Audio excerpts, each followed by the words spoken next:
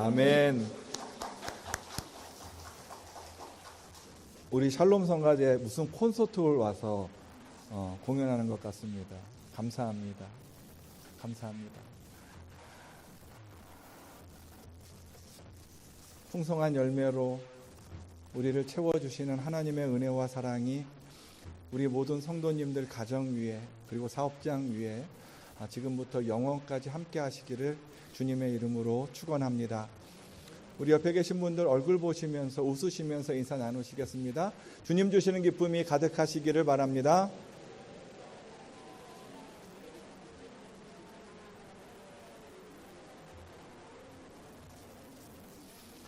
리모델링 공사를 하나님의 은혜 가운데 잘 마쳤습니다. 공사 일정을 모두 주관해 주신 하나님께 감사드립니다. 이렇게 아름다운 본당에서 우리 교우들과 하나님께 예배드리니 가슴이 막 벅차오릅니다. 마이크 소리 잘 들리시지요? 냉난방도 끝내주게 됩니다. 한마음으로 기도해 주시고 협조해 주신 우리 교우들에게 진심으로 감사드립니다. 외형만 새로워지는 것이 아니라 우리의 믿음도 더욱 새로워지는 우리 중앙교회가 되기를 주님의 이름으로 축원합니다. 떼제라는 기독교 수도원에서 부르는 찬송인데요. 사랑의 나눔이라는 찬송입니다. 우리 한번 들어보시고 그리고 나지막한 소리로 따라도 해보겠습니다.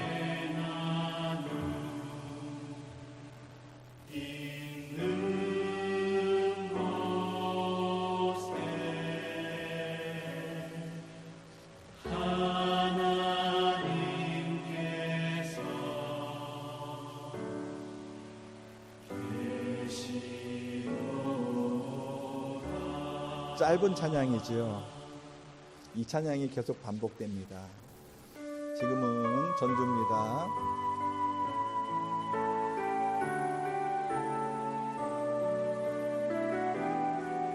우리 나지막한 소리로 함께 찬양하시겠습니다. 사랑의 나눔 믿는 곳에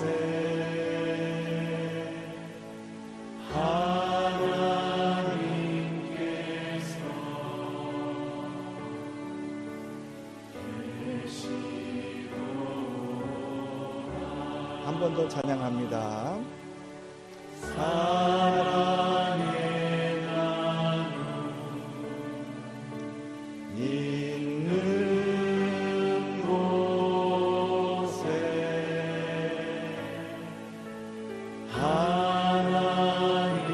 하나님께서 계시도다. 간주입니다.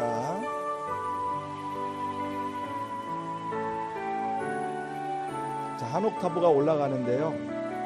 자, 높은 음은 어떻게 내라고요? 부드럽게 냅니다. 사랑의 나눔 있는 곳에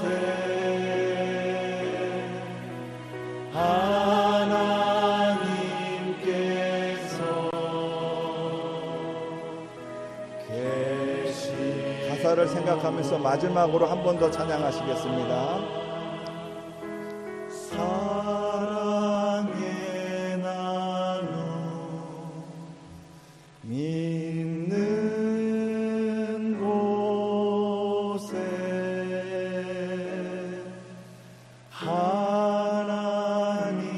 하나님께서 계시도다.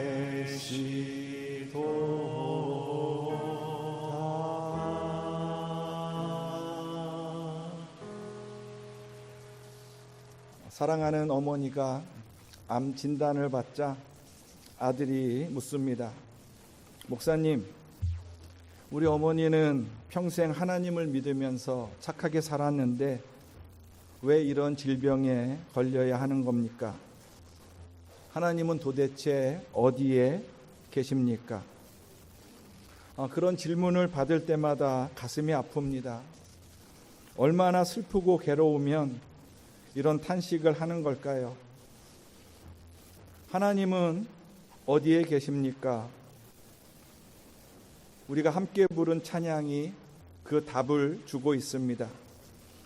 십자가 사랑이 있는 곳에 하나님은 계십니다. 예수님의 이름으로 사랑의 나눔이 이루어지는 곳에 하나님은 함께 하십니다. 함께 손잡고 기도하는 그곳에 하나님은 계십니다. 기쁨으로 찬양하며 예배하는 곳에 하나님은 계십니다. 예수님의 이름으로 모여서 마음과 정성을 다해 하나님을 찬양하고 예배하는 지금 이곳에 하나님이 계십니다. 영원히 하나님이 거하시는, 영원토록 하나님 안에 거하는 우리 중앙교회가 되기를 소망합니다. 이순화라는 여인이 있습니다. 정도교라는 이단의 사이비 교주인데요. 그녀는 안수 기도를 통해서 아들의 병이 고침받는 놀라운 기적을 체험했습니다. 놀라운 기적을 체험하고 난 후 그녀는 기도에 매달리기 시작했습니다. 1910년도에는 제대로 된 성경도 없었고 선교사를 통해서만 하나님의 말씀을 들을 수 있었습니다. 그녀는 하나님 말씀에 근거하기보다는 자신의 생각과 우리나라 전통신앙의 근거에서 잘못된 믿음을 쌓아 올리기 시작했습니다. 그녀는 결국에는 이런 주장을 하게 되는데요. 자기를 통해서만 하나님을 만날 수 있다라고 주장했습니다. 사랑의 하나님이 우리를 찾아오셔서 만나주시는 모든 은총을 거부하고 구원은 오직 자기를 통해서만 얻을 수 있다고 외쳤습니다. 사이비 교주가 된 거지요. 1924년 그녀는 신의 계시를 받았다고 400여 명의 신도를 이끌고 계룡산에 정착해서 정도교라는 간판을 내걸고 본격적으로 활동하기 시작했습니다. 잘못된 가르침을 따르는 이들이 있는데요. 초대교회 안에서도 이런 일이 벌어졌습니다. 디모데후서 2장 17절, 18절 말씀 우리 현대인 성경으로 같이 읽겠습니다. 그들의 말은 암처럼 퍼져나갈 것입니다. 후메네오와 빌레도가 바로 그런 사람들입니다. 그들은 진리를 떠났습니다. 부활이 이미 지나갔다고 말하여 어떤 사람들의 믿음을 무너뜨리고 있습니다. 아멘. 부활은 이미 지나갔다는 잘못된 가르침에 사람들이 현혹되어서 교회를 떠나고 믿음이 무너지는 일이 발생한 것입니다. 부활이 이미 지나갔다. 자, 이 말은요, 우리에게는 부활이 없다는 것입니다. 부활은 예수님으로 끝났다는 것입니다. 그렇지만 성경은 분명히 몸의 부활에 대해서 말씀하고 있습니다. 고린도전서 15장 52절 53절 말씀입니다. 제가 봉독합니다. 나팔 소리가 나매 죽은 자들이 썩지 아니할 것으로 다시 살아나고 우리도 변화되리라. 이 썩을 것이 반드시 썩지 아니할 것을 입겠고 이 죽을 것이 죽지 아니함을 입으리로다. 예수님이 다시 오실 때 우리는 썩지 않는 신령한 몸으로 다시 살아날 것입니다. 죽음에서 예수님을 건져 올리신 부활의 은총이 우리에게도 동일하게 임하는 것입니다. 사도신경을 통해서 우리는 날마다 우리의 신앙을 고백하지요. 사도신경 말미에 어떤 고백을 합니까? 나는 성령을 믿으며 거룩한 공교회와 성도의 교제와 죄를 용서받는 것과 몸의 부활과 영생을 믿습니다. 자, 우리가 믿는 신앙의 내용입니다. 요즘 성경 말씀을 거부하고 교주를 섬기는 이단이 얼마나 많이 있습니까? 말씀 위에 굳건히 서서 확실한 신앙으로 살아가는 우리 성도님들이 되시기를 소망합니다. 성경은 우리에게 정신을 바짝 차리라고 경고하고 있습니다. 마귀가 울부짖는 사자처럼 삼킬 자를 찾아서 돌아다니고 있기 때문입니다. 악의 세력으로부터 우리를 보호해 주시는 분, 그분은 바로 하나님이십니다. 시편 61편 4절 말씀입니다. 우리 같이 읽겠습니다. 내가 영원히 주의 장막에 머물며 내가 주의 날개 아래로 피하리이다. 아멘. 내가 주의 날개 아래로 피하리이다. 지붕이 없는 새 집을 볼 때마다 마음이 불안하지요. 비바람이 불면 새끼들이 몹시 추울 텐데 어떻게 하지? 그런데요, 걱정할 필요가 없습니다. 어미새가 날개로 자기 새끼를 감싸기 때문입니다. 날개 아래에 있는 새끼들은 비바람이 몰아쳐도 적이 몰려와도 걱정이 없습니다. 하나님이 이렇게 우리를 사랑의 날개로 감싸신다고 성경은 말씀하고 있습니다. 하나님은 목자가 이리로부터 목숨을 걸고 양을 지키고 보호하듯이 우리를 감싸주십니다. 양은 항상 목자의 음성을 듣고 목자를 따라가야 합니다. 그렇지 않으면 언제 이리가 우리를 넘어뜨리고 삼킬지 모릅니다. 하나님이 우리의 피난처 되시기에 우리는 모든 환난과 어려움 속에서도 새 힘을 얻고 내일을 꿈꾸며 살아갑니다. 교회는 희망의 공동체입니다.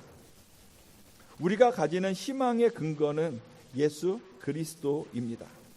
예수 그리스도를 통해서 얻은 희망은 죽음의 한계를 뛰어넘습니다. 우리가 해결하지 못하는 인생의 문제가 있죠. 바로 죽음인데요. 죽음을 이기는 사람 우리 가운데 한 명도 없습니다. 한 번 죽는 것은 사람에게 정해진 것이요, 그 후에는 심판이 있다고 성경은 말씀하고 있습니다. 냉정하게 보일 수 있지만 저는 기계에 의존해서 생명을 연장하는 것에 찬성하지는 않습니다. 그것은 살아있는 것이 아니라 죽지 못하게 하는 행동이기 때문입니다. 생명을 연장해도 온갖 의료 기술을 다 동원해서 생명을 연장한다고 해도 우리는 죽음을 이길 수 없습니다. 인간의 힘으로는요, 죽음을 이길 수 없습니다. 그러나 죽음을 이기신 예수님이 영원한 생명의 본을 우리에게 보여주셨습니다. 이 희망 때문에 수많은 순교자가 죽음 앞에서도 당당하게 믿음을 지켰습니다. 주님이 주시는 영원한 생명을 바라는 사람은 오늘 인내하고 내일을 기다리지만, 하나님 나라에 대한 소망이 없는 사람은 오늘을 즐기고 내일을 포기합니다. 내일을 확신할 수 없기에 그들은 오늘 배부르고 편안하면 만족합니다. 죽은 자들의 부활을 부정하는 사람들이 있었습니다. 하나님 나라에 대한 소망이 없는 사람, 그들은 바로 사두개파 사람들이었습니다.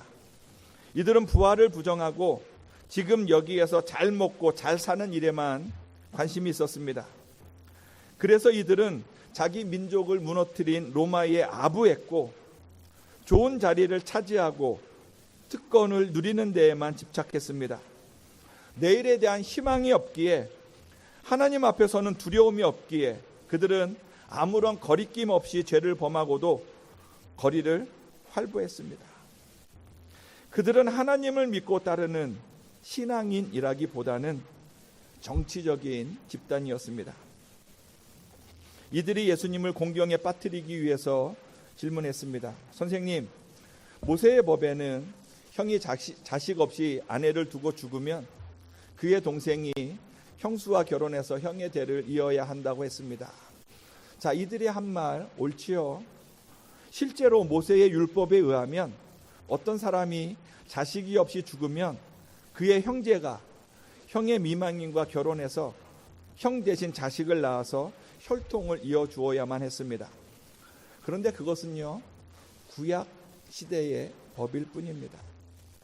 이들은 예수님 시대에는 거의 시행되지 않던 낡은 법 조항을 끄집어내어서 예수님을 함정에 빠뜨리려고 하고 있습니다. 7 형제가 있었습니다. 마지가 결혼해서 살다가 자식 없이 죽고, 둘째와 셋째가 형수와 살았지만 자식을 낳지 못하고 죽었습니다. 그렇게 7 형제가 모두 형수와 살았는데 자식이 없이 죽었고, 마침내 그 여자도 죽었습니다. 이렇게 7 형제가 모두 한 여자와 살았으니 우리가 부활할 때 그 여자는 누구의 아내가 되겠습니까? 사두개파 사람들이 한 말은 질문이 아니라요, 부활을 믿는 자에 대한 조롱이었습니다. 이들의 질문은 만일 사람들이 부활하게 된다면 이 세상의 질서와 하나님 나라의 질서가 뒤섞여서 혼란스러운 일들이 일어날 것이니 부활을 이야기하지 말라는 것입니다. 부활은 없다라고 주장하는 것입니다. 예수님 이들의 의도를 아시고 부활에 대해서 설명해 주셨습니다.